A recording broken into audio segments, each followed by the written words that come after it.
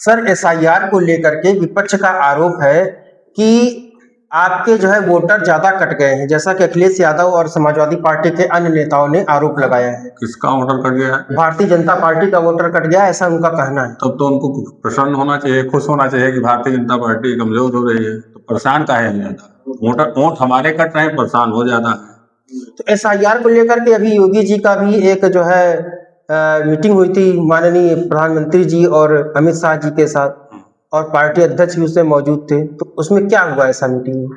उन्होंने ये बताया है कि अपने वोटर जो है छूटने न पाए, उसके लिए विशेष जो है, कभी कभी ऐसा होता है ना, जैसे हमारे यहाँ साक्षर वोटर ज्यादा है, पढ़े लिखे ज्यादा है, और सब कहीं ना कहीं सर्विस में है या कहीं बाहर जाके कमा रहे हैं, वो वोटर आ नहीं पा रहे हैं, उनका फार्म जो है रजिस्टर नहीं हो पा रहा है उनके।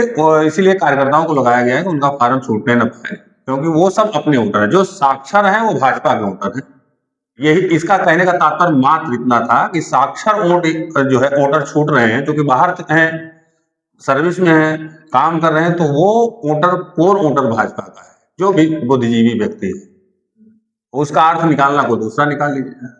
इसका मतलब है कि जैसा कि अखिलेश यादव जी ने स्टेटमेंट दिया था और बहुत ही ज्यादा वायरल हुआ था कि भारतीय जनता पार्टी के वोटर जो है कट रहे हैं, तो इसका जो है भारतीय जनता पार्टी ने पुरजोर विरोध किया है। और उन्होंने ये भी कहा है कि अखिलेश यादव जी को प्रसन्न होना चाहिए अगर भारतीय जनता पार्टी के वोटर कट रहे हैं। दूसरी चीज जो अभी एसआईआर को लेकर के मुख्यमंत्री जी की भारतीय जनता पार्टी के वरिष्ठ नेताओं से चर्चा हुई है, तो उन्होंने यही कहा है कि अपने कार्यकर्ताओं को एक्टिव करना और उसमें जोर दे करके जो है जितने भी वोटर है उनको उनका पूरा का पूरा जो है उनका लिस्ट में नाम आना चाहिए, और इनके अनुसार जो है वो ऐसे वोटर है जो कि कहीं सर्विस करते हैं और उनका नाम जो है छूट रहा है।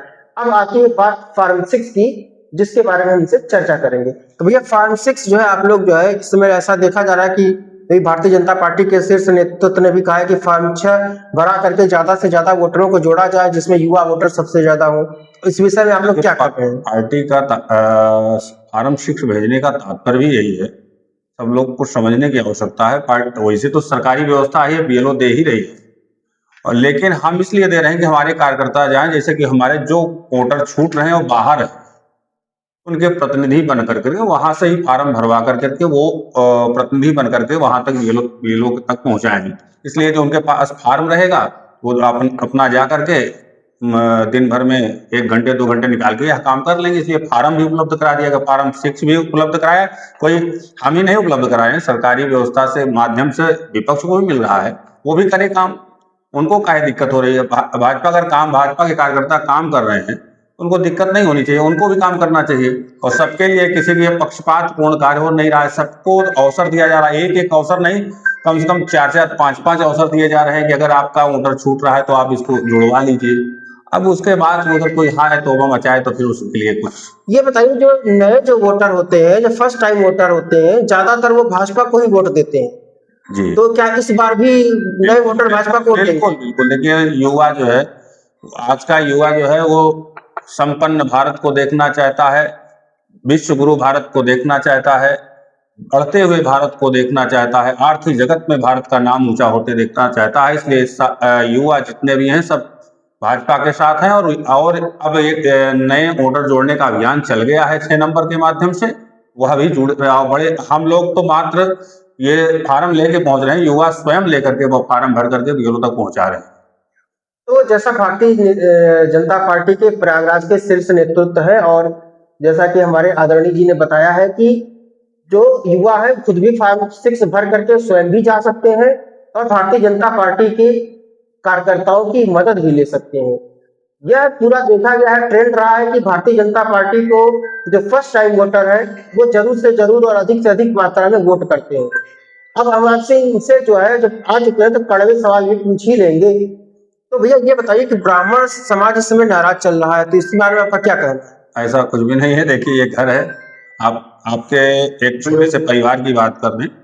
कभी कभी क्या होता है ना कि हम अपनी बात को रखते हैं, और रखना भी चाहिए, वो रख रहे हैं। कोई भी व्यक्ति आज तक कोई भी ब्राह्मण नेता ऐसा बयान दिया हो तो बताइए कि हाँ हम नाराज हैं। उन्होंने अपनी बात रखी कि हमको भी जो है समाहित किया जाए, हमको भी अवसर दिया जाए, और पार्टी दे भी रही है। एक कुछ ऐसे होते हैं, ये हो सकता है कि सपा की चाल हो, कुछ ऐसे अराजक नेताओं को तैयार किया जा रहा हो जो इस तरह का माहौल बना रहे हैं। ऐसा कुछ है नहीं, सारे ब्राह्मण नेता एकजुट हैं और भाजपा के साथ हैं। और जो कुछ ऐसे हैं जो दूसरी पार्टियों के कठपुतली हैं, वही मात्र चारों तरफ हल्ला प्रोपोगंडा मचा रहे हैं। हमारा कोई भी एक भी शीर्ष नेतृत्व से लेकर के नीचे तक का एक बूथ अध्यक्ष भी कोई ऐसा बयान देता हो तो बताइए। तो इन्होंने इसको सिरे से डिनाई कर दिया है कि भारतीय जनता पार्टी के जो विधायक हैं उन्होंने पार्टी को मजबूत करने के लिए ही मीटिंग की थी, जैसा इनके अनुसार। और सबसे बड़ी बात है, जहां ब्राह्मणों की नाराजगी की बात है, तो यह देखा गया है, प्रचलन रहा है कि जो ब्राह्मण होते हैं नाराज होते हैं, कुछ भी अनर्गल पराध भी कर लेते हैं, और अगर देसी शब्दों में कहा जाए तो गाली गलौज भी कर लेते हैं, लेकिन वोट जो है भाजपा को ही दे आते हैं। अगर ब्राह्मण मतदाता घर से निकला है तो वोट भाजपा को ही दे करके आएगा। पिछले लोकसभा चुनाव में कुछ ऐसी राजस्थान में घटनाएं घटी थी जिसकी वजह से क्षत्रिय मतदाता भाजपा से दूर हट गए थे, और उसकी वजह से इनको थोड़ा बहुत नुकसान हो गया था, और ब्राह्मण की उपेक्षा का कारण लगा करके कुछ मतदाता घर बैठ गए थे। कंसोलिडेटेड वोट शेयरिंग होने की वजह से, और पूरा जो है इनके वोट ऐसे हैं कि सभी जातियों से आते हैं, तो इस वजह से अगर थोड़ा सा भी इधर उधर होता है तो भाजपा को बड़ा नुकसान उठाना पड़ता है। अब हम इनसे 2027 के चुनाव के बारे में भी चर्चा करेंगे। तो ये बताइए स्वामी जी, 27 का क्या हाल है? बहुत बढ़िया, 27 तो हम देख ही रहे हैं, और विपक्ष के अंदर जो हलचल मची है उससे समझ सकते हैं कि 27 की क्या स्थिति है। 27 और भी अच्छे मार्जिन से हम जीतने वाले हैं, क्योंकि इनका जितना भी पोपोट गंडा था वो सब धीरे धीरे उजागर होता चला गया। एक चुनाव में उन्होंने आरक्षण का मुद्दा उठाया, एक चुनाव में उन्होंने बताया मशीन का मुद्दा उठाया। इस तरह से कई मुद्दे उन्होंने उठा लिए, जो उनके पास था वो सब छोड़ चुके हैं, और सब टाइट सोच चुका है, कहीं भी टिकते नजर नहीं आ रहे हैं। अब उनके पास तो अपने नेता भी नहीं अच्छे रह गए हैं कि जो सामने आकर के मीडिया के सामने बोल सके। यहाँ तक कि उनका जो राष्ट्रीय नेतृत्व कहिए या प्रदेश नेतृत्व कहिए, उनकी भी जो है उनका विवेक जो है काम करना बंद कर दिया है, वो भी अनर्गल प्रलाप कर रहे हैं। तो समझ सकते हैं कि चुनाव की स्थिति क्या है। कहीं कोई दूर दूर तक है ही नहीं चुनाव में। भाजपा पूर्ण बहुमत के साथ पुनः सरकार बनाने जा रही है। अब हम फिर लौटेंगे एसआईआर की तरफ। एसआईआर का फायदा जब भाजपा को मिलता है, आपने बिहार में देखा होगा कि जबरदस्त तरीके से क्लीन स्वीप कर गई भाजपा, लेकिन उसमें सबसे बड़ा रोल जो है 10,000 रुपए जो उनके खाते में डाले गए थे वो अभी रहा है।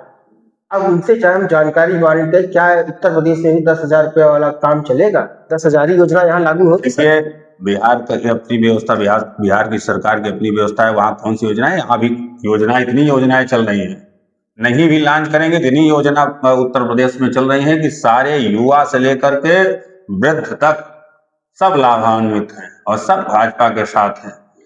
चारों तरफ जिस और देखिए विकास, चाहे किसान हो, चाहे नौजवान हो, चाहे हमारे वृद्ध हों, सब विकास से परिपूर्ण है। और योजनाएं तो भाई सरकार का तो काम है ना कि जनमानस के लिए योजनाएं बनाना। तो जनमानस का जहां भी लाभ होगा सरकार योजनाएं बनाएंगे, उसमें किसी को तकलीफ नहीं होनी चाहिए। तो स्वामी जी ने जो कहा है भाई, यह तो बिल्कुल सत्य बात है। मैं ग्राउंड लेवल का पत्रकार हूँ, Indian institute of mass communication से मैंने पत्रकारिता की पढ़ाई करी है। देश का टॉप लेवल का जो है इंस्टीट्यूट माना जाता है, और ग्राउंड रिपोर्टिंग के दौरान मैंने ये देखा है कि जहाँ गांव हो, गांव के जो भी है, बड़े हैं बुजुर्ग हैं, सबको राशन मिलता है, और जाहिर सी बात है कि एक लाभान्वित वर्ग तो भारतीय जनता पार्टी का है ही। कई ऐसे लोग हैं जो कि राशन ले भी लेते हैं लेकिन वोट भाजपा को नहीं देना चाहते हैं, लेकिन ज्यादातर लोग भाजपा के प्रति अपनी वफादारी दिखाते हैं। स्वामी जी की बातों से मैं 100% सहमत हूँ। जैसा कि स्वामी जी ने कहा कि ब्राह्मणों की नाराजगी है, लेकिन वो धीरे धीरे दूर कर ली जाएगी, इस विषय में भारतीय जनता पार्टी चर्चा और कार्य कर रही है। सबसे बड़ी बात है कि भारतीय जनता पार्टी ऐसी पार्टी है जो कि बूथ लेवल पर तुरंत एक्टिव रहती है। मैं भाजपा के प्रयागराज के महानगर कार्यालय में बैठा हुआ हूँ। स्वामी जी गंगा पार से आते हैं, लेकिन यहाँ पूरी तरह से बूथ लेवल की चर्चा हो रही थी जब मैं आया था। तो कुल मिलाकर के मेहनत करने वाली पार्टी 2027 में भी अगर इन्होंने ब्राह्मणों को साथ दिया तो भारतीय जनता पार्टी की सरकार फिर से आने की पूरी संभावना नजर आ रही है। स्वामी जी अपना परिचय दे दीजिएगा। मैं आचार्य सुशील महाराज, 2 बार मंडल अध्यक्ष रहा हूँ पांडेश्वर नाथ धाम को, शक्ति के संयोजक से लेकर बूथ अध्यक्ष तक रहा हूँ। भारतीय जनता पार्टी ने इस छोटे से कार्यकर्ता को बहुत सा सम्मान दिया है।